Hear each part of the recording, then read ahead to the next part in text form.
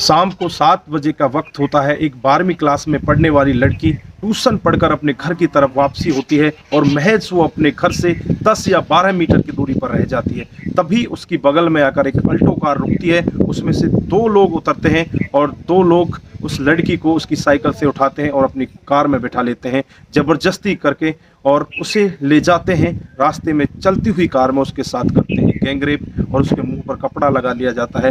रास्ते में उस लड़की की हो जाती है मौत और उसे रास्ते में कुछ 30-40 किलोमीटर आगे चलने के बाद उसे एक रजवाया पड़ता है। वहाँ पर उसकी लाश को फेंक कर वहाँ से फरार हो जाते हैं। आइए दोस्तों जानते हैं पूरा मामला क्या था। नमस्कार, जय हिंद। आप देख रहे हैं APH न्यूज़ राहुल रावत के साथ। तो दोस्तों आज की जो मैं आपको कहानी बताने जा रहा हूँ, उत्तर प्रदेश में एक ज़िला पड़ता है बुलंदशहर और उसी ज़िले का एक गांव होता है जिसका नाम होता है चांदपुर।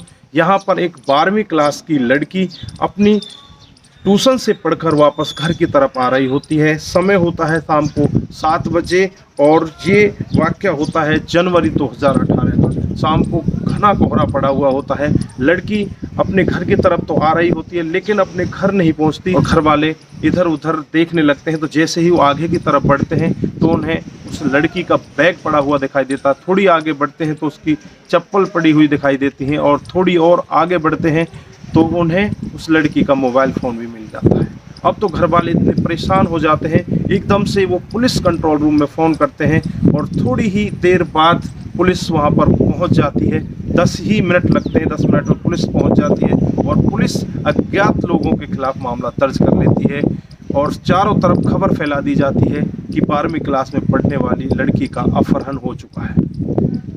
दोस्तों पुलिस में खलबली मच जाती है। पुलिस चारों तरफ अपनी खोजबीन में लग जाती है। पुलिस जो लड़की का मोबाइल होता है उसकी CDR रिपोर्ट निकलवाती है। उससे पुलिस को पता चलता है कि 2 लड़कों के पास ये लड़की व्हाट्सअप मैसेज किया करती है और वो भी लड़के इसके पास व्हाट्सअप मैसेज किया करते हैं।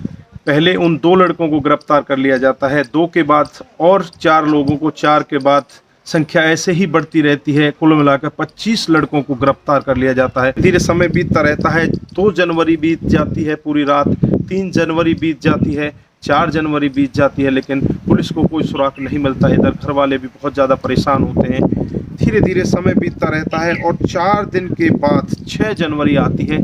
6 जनवरी को एक दादरी बील अकबरपुर रजवाहे के पास एक लाश मिलती है। उस लाश की शनाख्त उस लड़की के रूप में उसके घर वाले कर लेते हैं और घर वालों का रो रो कर बुरा हाल होता है। उस लड़की का जब पोस्टमार्टम रिपोर्ट आती है तो पोस्टमार्टम रिपोर्ट में यही खुलासा होता है कि उस लड़की के साथ में पहले दरिंदगी की गई है, फिर गला दबाकर उसकी हत्या कर दी गई है। अब दोस्तों ये आग की तरह ये मामला चारों तरफ फैल जाता है, लेकिन पुलिस को तलाश अभी भी होती है कि वो हकीकत में मुजरिम होता कौन है। पुलिस चारों तरफ के जो भी CCTV कैमरे होते हैं उनको खंगालती है, लेकिन किसी भी CCTV कैमरे में कोई भी ऐसा उन्हें क्लू नहीं मिलता जिससे कि वो मुजरिम की तलाश कर सके। लेकिन एक 25 सेकंड का वीडियो उन्हें मिलता है। 25 सेकंड के वीडियो में एक कार दिखती है जो अल्टो कार होती है और जिसके पीछे अब्बासी बॉय लिखा होता है। उसका कोई नंबर वगैरह कुछ नहीं उनको दिखाई देता। तो अब पुलिस के पास एक क्लू तो मिलता है कि एक कार है जो कि अल्टो है और जिसके ऊपर अब्बासी बॉय लिखा हुआ है। चारों तरफ जो भी अल्टो कार वगैरह होती हैं सबको देखा जाता है, लेकिन कहीं पर भी उसका कोई क्लू नहीं मिलता। जो SSP होते हैं मुनीराज, वो अपने अधीनस्थ SP साहब और जो उनके अधीनस्थ इंस्पेक्टर होते हैं उनसे कहते हैं कि मुझे इस केस का खुलासा जल्द से जल्द चाहिए। इसके लिए आपको जो भी मदद मेरी तरफ से चाहिए वो आपको पूरी मदद मिलेगी। जो SP साहब होते हैं वो अपने अधीनस्थ इंस्पेक्टर होते हैं अनिल कुमार, उनको ये केस दे देते हैं और अनिल कुमार जो कि टोल प्लाजा होते हैं उन टोल प्लाजाओं की जाकर CCTV की खंगाल करते हैं, उनकी चेकिंग करते हैं। तो एक सिकंदराबाद टोल प्लाजा होता है, उस टोल प्लाजा में वो 1 सप्ताह पीछे की जो पूरी रिपोर्ट है उसको निकलवाते हैं। उसमें उसे उस गाड़ी का नंबर दिख जाता है जिसके ऊपर लिखा होता है अब्बासी बॉय। उस गाड़ी का जो नंबर होता है वो हरियाणा का होता है। अब वो इंस्पेक्टर सीधे हरियाणा पहुंच जाते हैं और उस व्यक्ति से मिलते हैं जिसके नाम वो गाड़ी होती है। अब वो गाड़ी वाला मना कर देता है कि साहब मैं तो इसको 3-4 साल पहले ही बेच चुका हूं और जिसको मैंने कार बेची है उसका नाम जुल्फिकार है जो कि सिकंदराबाद का रहने वाला है। अब दोस्तों पुलिस पूरी तैयारी के साथ जुल्फिकार के पास पहुंच जाती है।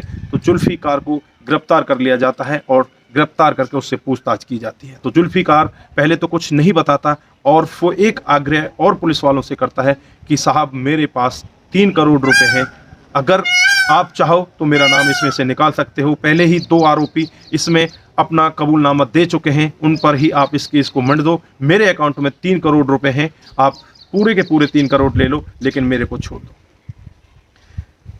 दोस्तों, इस सब को सुनकर जो वहाँ के एसएसपी होते हैं मुनीराज, वो हंसने लगते हैं और कहने लगते हैं कि तुमने इतना बड़ा जुर्म किया है, हर एक पुलिस वाला, हर एक सिपाही बिकाऊ नहीं है। तुमने जिस बेटी के साथ में दरिंदगी की है, जिसके साथ में तुमने इतना बड़ा क्राइम किया है, क्या उसको कभी भी हम मुंह दिखा पाएंगे अगर तुमसे पैसे लेते हैं तो?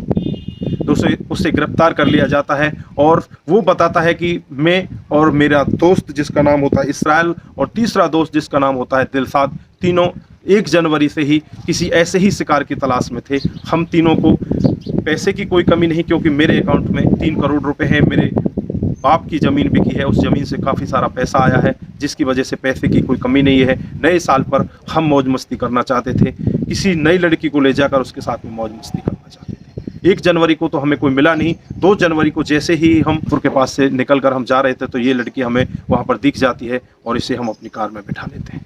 और जैसे कार धीरे धीरे चलती रहती है तो बारी बारी से एक एक करके तीनों उस लड़की के साथ में दरिंदगी करते हैं और उसके मुंह पर हाथ रखते हैं। वो लड़की बार बार दया की भीख मांगती है, वो बार बार कहती है कि जो तुम्हें करना है कर लो, लेकिन मेरा गला मत दबाओ, मुझे मारो मत। लेकिन ये दरिंदे नहीं रुकते, चलती कार में उस लड़की के साथ में दरिंदगी करते रहते हैं और उसके गर्दन पर हाथ जमा के रखते हैं। जैसे ही थोड़ी देर आगे टोल प्लाजा के पास ये पहुंचते हैं तो उससे पहले देखते हैं कि ये लड़की मर चुकी होती है। ये मरी हुई लड़की के साथ में भी दरिंदगी करते रहते हैं। दोस्तों, दरिंदगी करने के बाद जैसे ये देखते हैं आगे टोल प्लाजा है, पीछे हटने की कोशिश करते हैं लेकिन पीछे नहीं हटते और ये सीधे आगे चले जाते हैं। जो जगह होती है दादरी में वीर अकबरपुर रजवाया, वहाँ पर जाकर इस लड़की की डेड बॉडी को फेंक दिया जाता है। और दोस्तों, जब खुलासा होता है, जब पुलिस को ये लाश मिलती है, उसके बाद ये अब्बासी बॉय जिस कार के ऊपर लिखा हुआ होता है, उस कार की वजह से इन क्रिमिनलों को पकड़ा जाता है। तो दोस्तों, आप लोगों ने देखा किस तरह से ऐसे दरिंदे घूम रहे हैं जिनके पास इतना पैसा हो जाता है, पैसे के चक्कर में वो किसी की इज्जत, किसी की लाज, किसी की आबरू को नहीं देखते। उनमें से 2 लोगों को तो तुरंत गिरफ्तार कर लिया जाता है, जुल्फिकार और इसराइल। दिलशाद फिर भी फरार रहता है। थोड़े दिन और बीतने के बाद दिलशाद को भी गिरफ्तार कर लिया जाता है और ये केस कोर्ट में चला जाता है और इस कोर्ट का फैसला मार्च 2021 में आता है, जिसके जज होते हैं राजेश पाल। इन तीनों को ऐसी सज़ा देने के लिए कहते हैं, वो कहते हैं कि इन्हें तब तक फांसी के फंदे पर लटकाया जाए, तब तक इनकी सांसें बंद नहीं हो जाए, तड़प तड़प कर इनकी मौत नहीं हो जाए। तो दोस्तों, इस बयान को सुनकर घर वाले भी बहुत खुश होते हैं कि एक जज साहब ने इतना अच्छा फैसला दिया है। तो दोस्तों, आप क्या कहना चाहेंगे ऐसे क्राइम के बारे में, ऐसे कृत्य के बारे में जो समाज में ऐसे डे बाई डे बढ़ते जा रहे हैं? दोस्तों, यहाँ पर हम धन्यवाद करना चाहेंगे जो जिले के एसएसपी हैं, जिनका नाम मुनीराज है, जिन्होंने उन 25 लोगों में से जिन 2 लोगों ने अपना अपराध स्वीकार भी कर लिया था, उनको ना पकड़कर, उनको ना उन पर ज़्यादा फोर्स कर उन अपराधियों को पकड़ा जो हकीकत में अपराधी थे। अगर पुलिस चाहती तो उन 2 लोगों के ऊपर वो केस मंड सकती थी और उसके बाद उस फाइल को सदा के लिए बंद कर सकती थी। लेकिन यहाँ पर जो एसएसपी मुनीराज हैं, वो इतने ईमानदार हैं जिनको सलूट करने का मन करता है। ऐसे एसएसपी हर जिले में होने चाहिए, ऐसे एसएसपी हर एक क्षेत्र में होने चाहिए, जिससे कि ऐसे क्राइम को आगे ना बढ़ावा दिया जाए। तो दोस्तों, आप लोगों की क्या राय है?